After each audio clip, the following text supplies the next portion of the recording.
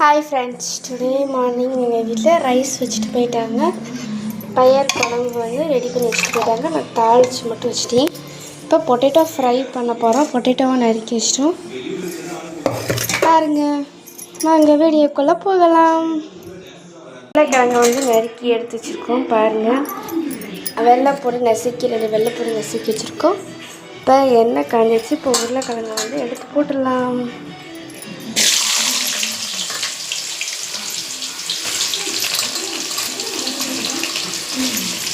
போட்டு வேக வச்சுங்க. மூடி வச்சுருங்க. வேகட்டும். 10 மினிட்ஸ் கழிச்சு பார்க்கலாம். ரெட் சில்லி பவுடர் போட போகிறோம். உரப்புக்கு தகுந்த மாதிரி போட்டுக்கோங்க. பாருங்க, நல்லா ஃப்ரை பண்ணியாச்சு. வாயுக்காண்டி வெள்ளைப்பூடு கொஞ்சம் நசுக்கி போட்டாச்சு. Tata, bye bye. நெக்ஸ்ட்